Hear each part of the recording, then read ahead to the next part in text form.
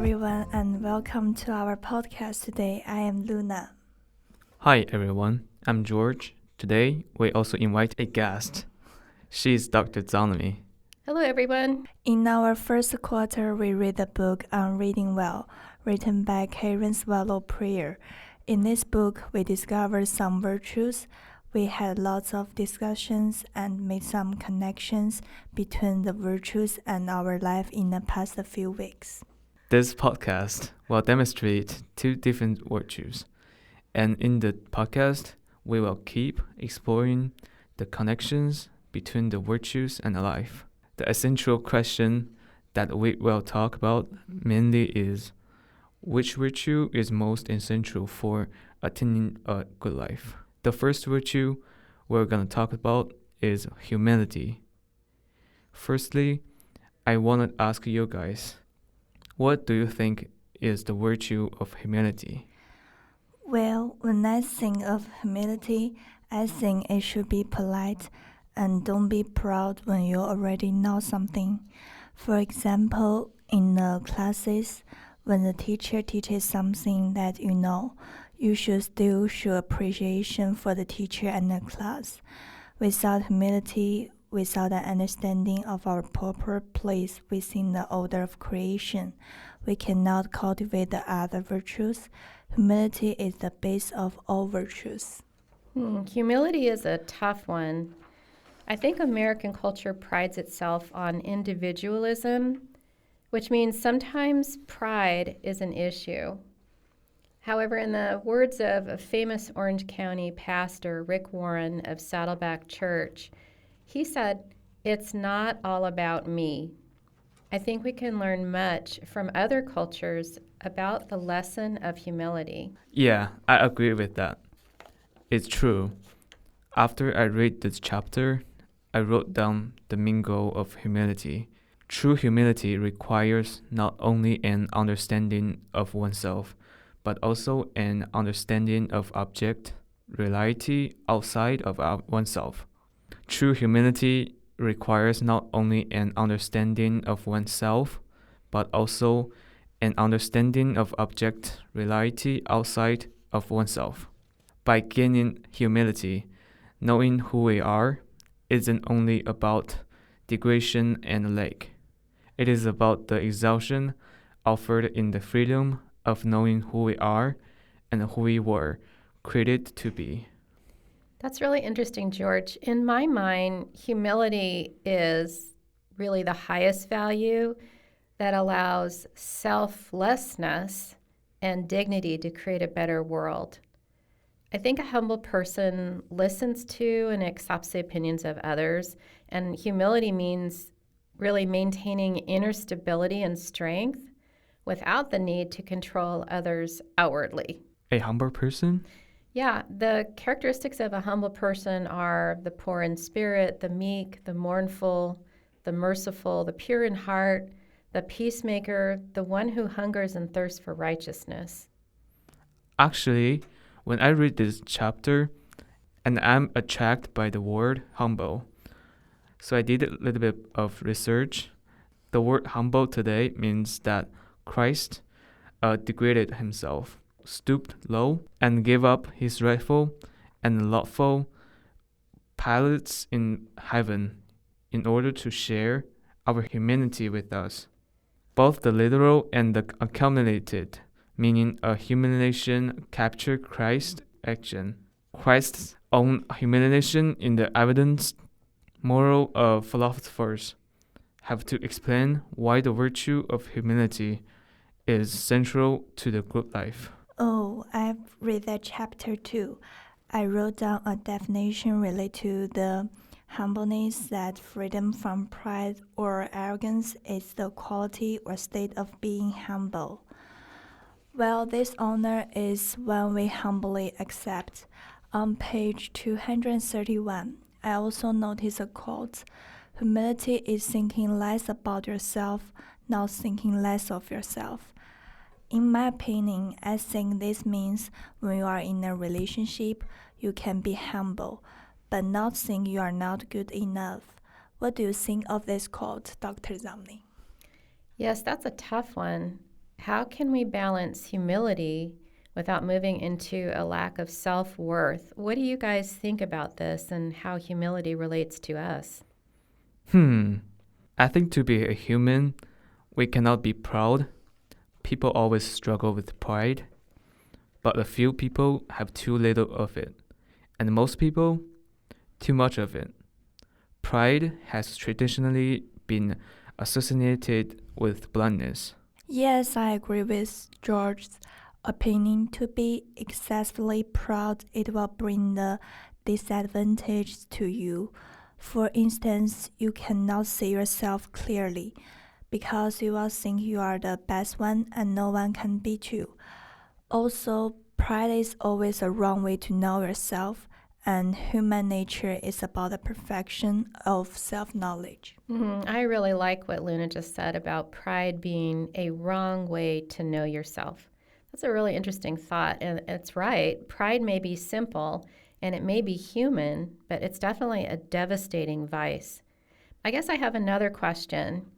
What changes in the response or reaction you have when speaking to people who maybe don't share the same beliefs as you? Well, I think when we can assume that our audience holds the same beliefs we do, we can relax and use more normal means of talking. When we have to assume that our audience does not hold the same beliefs, then we may be less patient, less understanding, and not participate in the conversation as much. Oh, yeah. I remember teaching speech class and helping students understand that we need to differentiate our approach based on the type of audience that we're speaking to.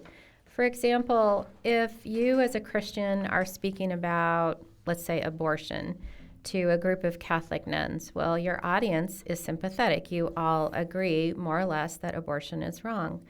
However, if you're speaking to a group from, let's say, National Organization of Women or Planned Parenthood, you're going to encounter a hostile audience. So you'll have to work harder than usual to develop that trust and really challenge the audience to show how they may be wrong. And FYI, humor is great in that situation. I have a question. How does humility relate between God and us? Well, I think seeing who we really are, which requires seeing ourselves in relation to God, is true humility. Yeah, I agree. The virtue of humility, most simply defined, is really an accurate assessment of oneself. And I think it's impossible to assess oneself rightly apart from God. Well, humility is really necessary in our life, and it is the base of all virtues. When we learn how to be humble, I think we can get a progressive in life. Next, we will explore another virtue called diligence. Before reading the book, I think diligence is that you should always work hard and practice. And after that, you can get good results. People should also pay attention to their things. After reading this chapter, the author gives us an interesting definition of diligence. Diligence is the most humble, perhaps even the most boring of virtues. What do you think of this quote, George? Well, I think the reason that diligence is the most boring virtue is because we should practice or study. Well, just like what you said, we also should learn how to build a good relationship with others. That requires practicing how to do that. Okay, I definitely agree with you because when I was little, my mom wanted me to play the piano well, so she let me practice a lot. She thought when I practiced more and I could receive good feedback. I agree with her when I was little, but when I grew up, I think the truth is not just practicing, because when you do something excessively, you will lose original interests. Just like the author mentioned on page 179, Diligence must also, like other virtues, represent a mean between an extreme of excess and an extreme of deficiency. That means we should find a balance between everything and practice excessively. It will bring a negative thought for you, and practice less shows you don't work hard. You're right. We cannot do anything excessively or too little. Finding a balance between everything is a key thing that we should know and learn in our life.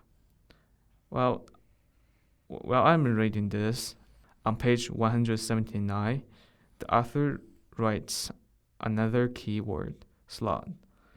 What do you think of this word? Because it is a kind of opposite with diligence. What views does the author reflect on this point? Okay, firstly, the author writes, sloth is commonly thought of as laziness, but it's much more than that. When I saw this word, I also thought it is a word to describe someone who is lazy. But when I keep reading, I find that the truth isn't that you don't want to do something sometimes based on your actions, but it is really in your mind. Sloth could prevent people from being better. We can say diligence is a pushing factor and sloth could be a pull factor. When these two factors are meeting, sloth is greater than diligence. Definitely, the result could be that you don't work well. That is true. You're right. Diligence helps people be better, but sloth could influence diligence. To prevent this, we should understand the harms of sloth and find the balance between these things when you want to practice. Well, I think you both define this virtue as good. So I have a question for you guys. In our life, how can we cultivate this virtue? And what kinds of benefits will this virtue bring to us? Well, in my opinion, I think cultivating diligence is easy. Like, we should set a goal for everything, like your life, study, relationships that you want to come true. Everything needs a goal, and then we can achieve that. We should find the things that we really want to do and pay attention to work on that. The benefits could be when we truly understand diligence, we can do everything easier and faster. I agree with you. Please follow the rules. Don't practice excessively and don't be slow. To cultivate diligence is easy. I also found an article called 4 Ways Diligence Can Make Your Work Easier and More Rewarding. Diligence can help us increase our creativity and productivity. To work diligently with some projects, it can help us combine something that looks unrelated together and we can work and solve them wholly. I get it. The first important point of working diligently can help us look up more information and connect them together. It sounds like working diligently could improve our working professions. Yes, that's correct. Secondly, diligent work can expand our point of views. When we work diligently, it means we will accept different points of views. And when we do the group project, people may have different opinions. And sometimes we should listen to them. And maybe we can find new ideas from their opinions. So truly diligence will help us get new ways of thinking and possibilities to work. Thirdly, working diligently can help us develop responsibility because the author says being diligent means that you are working, not trying to pass responsibility onto someone else. Good point. While we should keep learning in those useful ways with diligence. So the last point is diligence can help people build a good relationship with others. To think about one thing, If you work on one thing that you really want to do well, that means you pay attention to your own work, and you also show your appreciation with others, although they are your friends, teachers, or leaders. These articles give us lots of ways about if we work diligently and how they give it back. I really like hearing your points, Luna and George. I guess I have some follow-up questions for you guys. Combine these two virtues that you talked about. Are all virtues necessary to lead you to a good life, or can specific ones lead you there, and why? Well, I think to have a good life, all virtues are necessary. Just like the virtue that I would choose the humility, and this virtue is the basic one for being a good person. Other virtues like diligence, patience are all needed to develop and achieve a good life. Everyone has their own definition of a good life. I think a good life is when I accomplish my goals and I live happily. That is the meaning of a good life. Okay, I think the good life is the life that I really want to have. As for me, I want to study well and apply to a good university now. And maybe in the future, I want to find a good job. And also in my free time, I can do something that I want. That is a good life for me. During my long journey of life, there must be lots of things that I need to learn. The most important things must be virtues. So I really agree with George that all virtues are necessary for achieving a good life. What do you think of the connection between virtues and a good life, Dr. Zameni? Well, I can't really imagine living a life without virtue. I suppose we're seeing some hint of what that might look like with the current situation in the Middle East and the war between Ukraine and Russia when there are no virtues. There's many countries currently experiencing a lack of virtue, including America. And I think to achieve a better life for our nation and the world, I think virtue is absolutely necessary for a good life. Okay, thanks for joining and sharing your views for our podcast. And thank you so much, Dr. Zameni. Don't forget the most important thing to remember is to flourish a good life. All of the virtues are necessary.